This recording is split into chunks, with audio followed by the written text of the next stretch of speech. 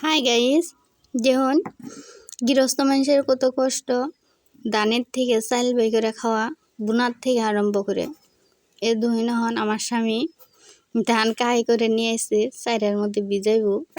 হে পুচকিটা আসতেছে দেখুন, ধান আগে চাইরের মধ্যে ভিজে নাগে, ভিজিয়ে বস্তা ধরে দেখুন টানা হারতেছে না, কাহি করে নিয়েছে। কত কষ্ট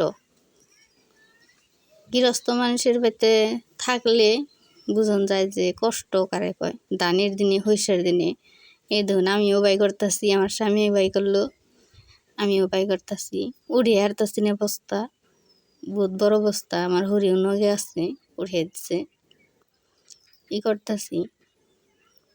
এখন ধান গুনে দেখুন নাইরে সাইরে ভিজাবে নিছি সুন্দর করে, ভিজে এটা একদিন মান থুয়া দেন নাগবো। একদিন মান থুয়া দেওয়ার পাশে এখন আমি এই ধরুন ধান সিদ্ধ করতেছি। আগে বহুত সিদ্ধ করা হয়েছে, এখন সিদ্ধ করা সিদ্ধ করতেছি।